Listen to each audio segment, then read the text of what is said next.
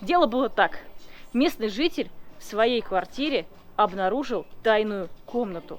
Причем такую комнату, в которой помещение раздваивалось и уходило туннелями в разные части. И он пригласил археологов. И археологи обнаружили 60-метровый подземный город.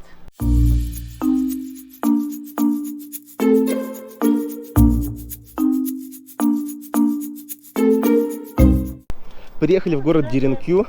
Тут продают поделки, какие-то фигурки. Здесь прямо их делают. Так, мы для начала приехали в город жилой. Вот сейчас вокруг нас дома. Но сейчас мы будем смотреть город под землей. То есть сейчас под нами целый город. Здесь вот на входе греческая православная церковь. Это неудивительно, поскольку с этой территории... Что-то взрывают. Давай еще раз. Так, за мной греческая православная церковь, не разрушенная, просто забытая, заброшенная, опустевшая. Это неудивительно, потому что греки с этой территории ушли только в 20-х годах 20 века. Место однозначно супертуристическое, потому что на входе уже куча кафе, торговых лавок. О, продают сок гранатовый по традиции, апельсиновый. Какие-то штуки предлагают купить здесь дерево. В общем, местные хотя бы какие-то средства получают от большого потока туристов. Каппадокия известна двумя моментами. Это скальные города и подъем на воздушных шарах. Соответственно, и сувениры здесь тематические. Кстати, эта штука тяжелая. Вряд ли этот шар поднимется.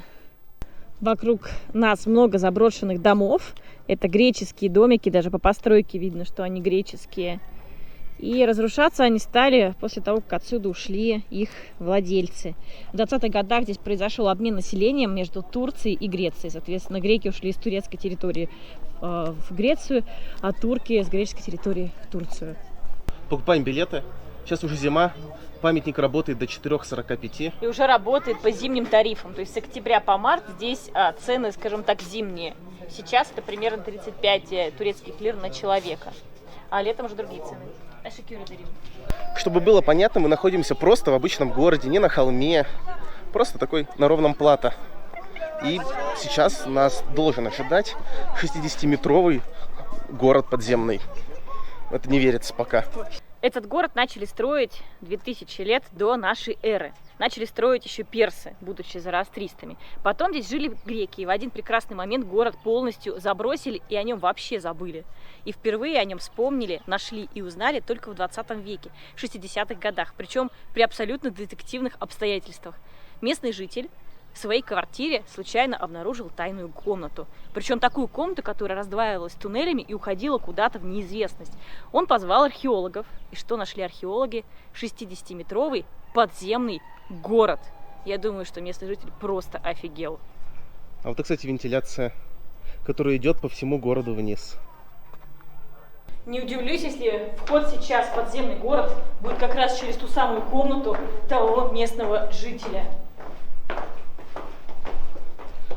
Не, ну это просто как-то невообразимо. Просто идем по какому-то городу, обычный город. Вот он хоп и под землей 60 метров. Не верится пока. Вот мы только что спустились, были наверху, там зеленая травка, домики местных жителей, город, рынок, все дела. Теперь посмотрите, где мы. Вот, 5 метров вниз всего лишь. Видимо, придется повысить ISO у камеры. Город-то подземный. Вот я не представляю, они тут свечами все освещали? Скорее всего, да. У них была вентиляция, поэтому они тут и не задыхались, все у них было тут организовано.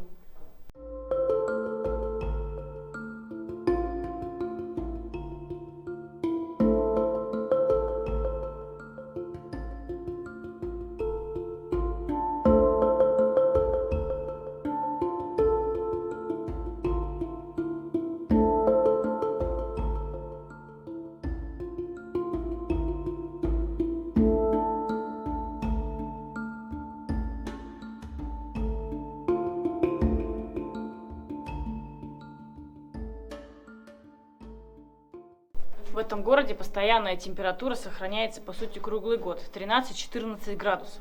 Благодаря вентиляции здесь нет высокой влажности, поэтому находиться здесь приятно. Холодильник. Да, холодильник.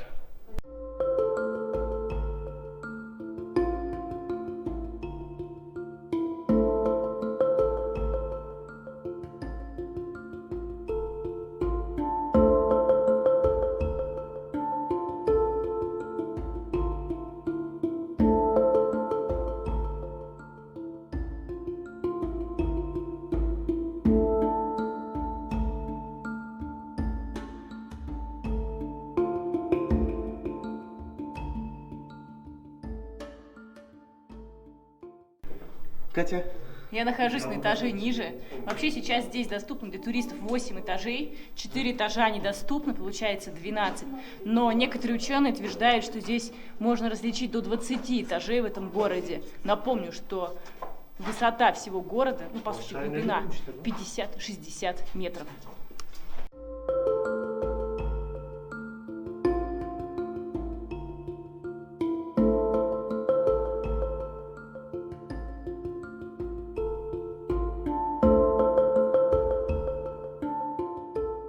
Город строился так, чтобы никто его не смог захватить.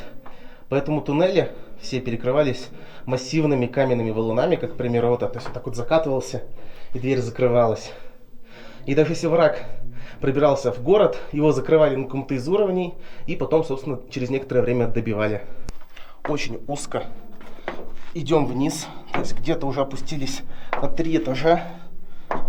И дорога, конечно, такая резкая вниз.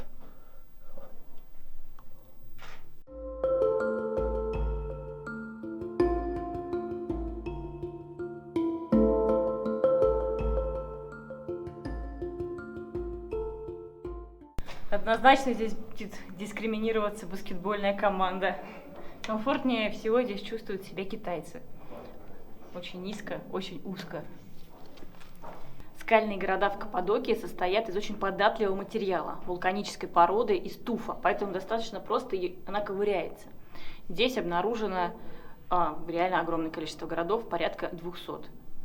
Половина из них имеет 2 этажа, примерно 50 городов имеют выше, чем 2 этажа. И вот, например, этот город имеет как минимум 12 этажей, а по некоторым версиям 20.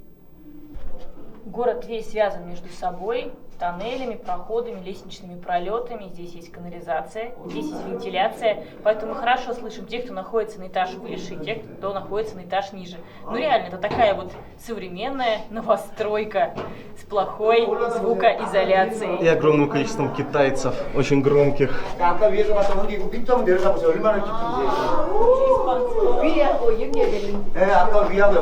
Находимся, судя по всему, в одной из квартир местных жителей. Такая компактная студия, без особых изяществ. Вообще в этом городе каждый этаж служил под свои цели. Один, например, для конюшни, другой для хранения винограда и зерна, третий там для жизни. Все было продумано вот компактно, все. Здесь, наверное... Шкаф стоял, да, вот тут. А где раковина? Ну, раковина, я думаю, общая была, знаешь, такой общежитский тип. Вопрос, где была кровать, плазма, где висела. Холодильник тоже общий.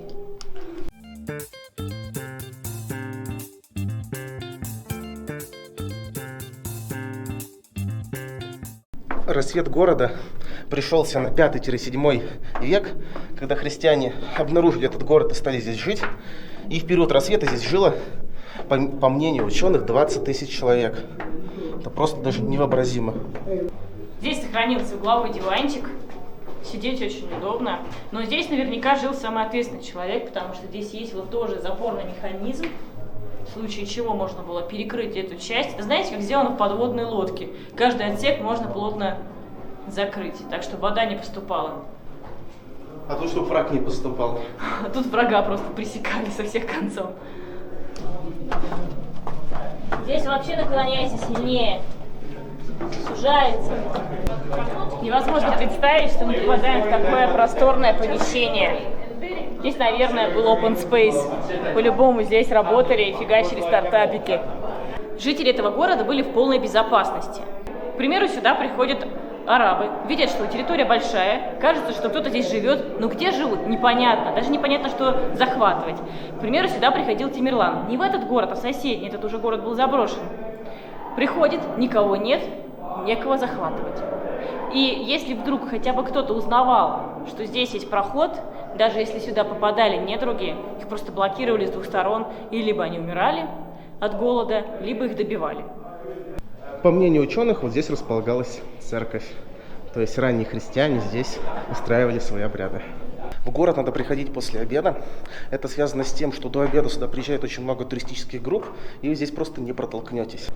Вот этот спуск вниз – это вентиляционная шахта. Вообще город очень сложно построен, очень продуманно и действительно с таким намеком на жизнь. Так что древним христианам досталась вот такая вот инфраструктура. Почему досталось? Потому что, скорее всего, такой сложный город построили предыдущие поколения. И еще, в пользу чего говорит, что древние христиане, скорее всего, никакой вклад в город не вносили, просто пришли и заселились. Потому что уже в 7 веке нашей эры город быстро покинули. Они просто уже были не в состоянии поддерживать эту сложную инфраструктуру. На тот момент культура, знания деградировали. Все построено, как у нас в современных новостройках. То есть вот, сквозь все здание идет вентиляция. Вот даже если вот так вот постоять, чувствуешь приток свежего воздуха. Идет вот с самого низу. И вот доверху, я там небо вижу.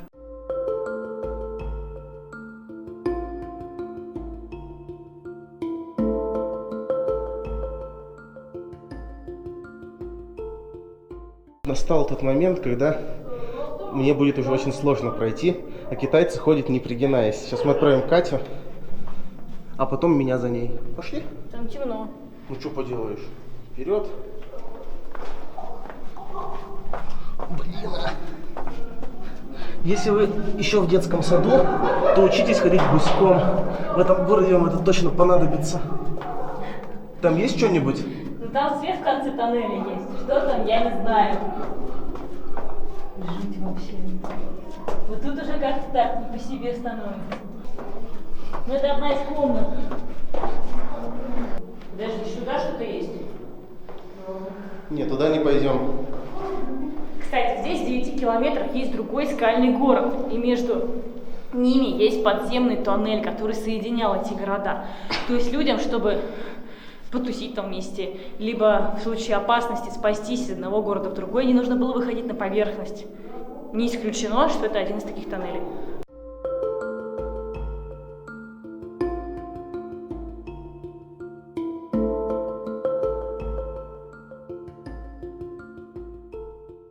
Многие проходы здесь закрыты решеткой, на это несколько причин. Первое, что некоторые комнаты здесь соединялись либо веревочной лестницей, ну, в общем, вот и дырка в полу, и вот следующий этаж. Могут просто люди упасть. И вторая причина, что город очень запутанный, витиеватый, и туристы просто могут заблудиться и не выйти. Так, кстати, происходило с некоторыми людьми, которые сюда заходили по случайности. Может быть, даже они не имели никаких вражеских амбиций, просто заходили и пропадали навсегда.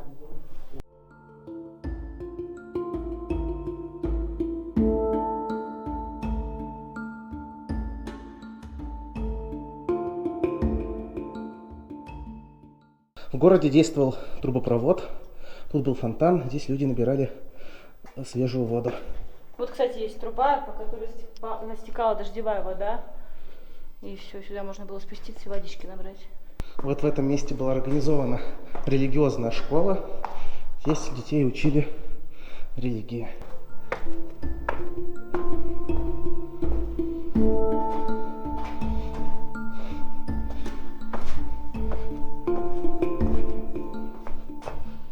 Похоже на солнечный свет. Это выход. Ничего себе. Катя, это выход. Да. Все-таки немного некомфортно находиться в таком замкнутом помещении под землей. Астматику точно сюда идти не надо. Чем ниже, тем тяжелее дышать. То есть вот на верхних этажах еще нормально, а внизу все-таки тяжеловато. О, свет. Вот это да.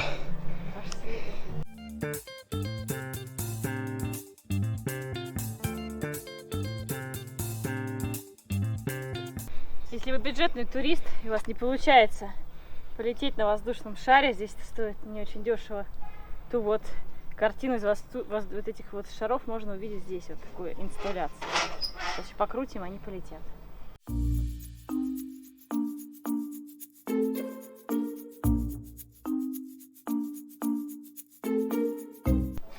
Сейчас себя наградим, выпьем стаканчик гранатового сока. Сейчас как раз сезон гранатов.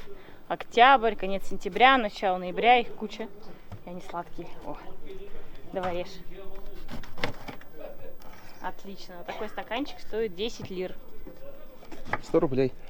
О, отличные гранаты вообще. Товарищ продавец нарезал 3 граната, оказалось, что это много, и плоды очень сочные. Вот сюда вошло 2,5 граната, полный стакан. Говорит, чтобы мы отпили, а он нам остальное еще дожмет. Наверное, турки делают самый качественный гранатовый свежий сок. Почему? Потому что, как правило, продавцы хотят из одного граната выжать максимум и давят так сильно, что начинает вот этот вот даже жмых течь и кожура. В итоге у сока появляется горечь. А вот этот продавец, он слегка нажимал, не сильно придавая давление, выжимал только сок из косточек и сразу выкидывал. Видно было, что там еще есть сок и можно выжать, но не стал этого делать. Поскольку вот такой вот вкусный сок без горечи здесь считается просто уважением к гостю.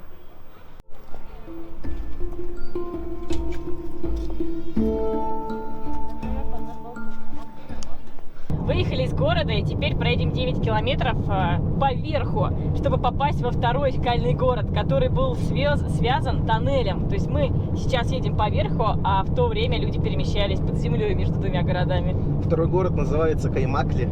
Каймакли. Но он менее... Каймакли, Дирингой. Менее сохранный. Но посмотрим. Может быть, туда заходить не будем, но проедем по верху однозначно. Просто интересно, да.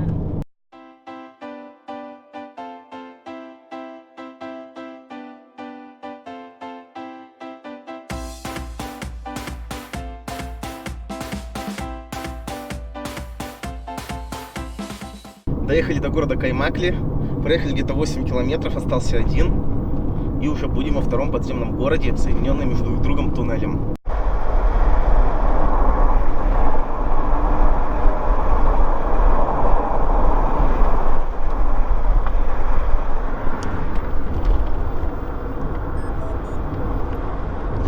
Едем по полузаброшенной греческой части. Видимо, турки не могут до конца юридически забрать их имущество. Но суть в том, что вот эти дома в некоторых местах интегрированы с подземным городом. И где-то вот здесь дальше вход в подземный город.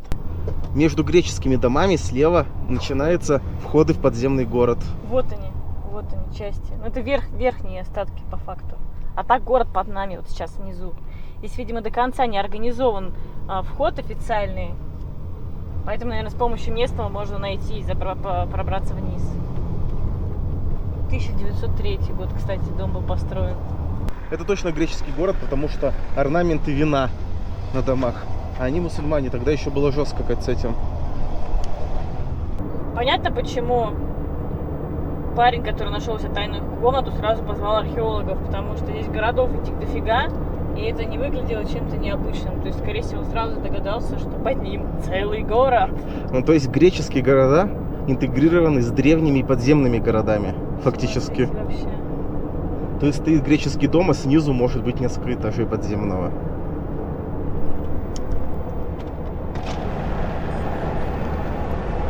Еще один скальный город. Их реально очень много по всей Каппадокии.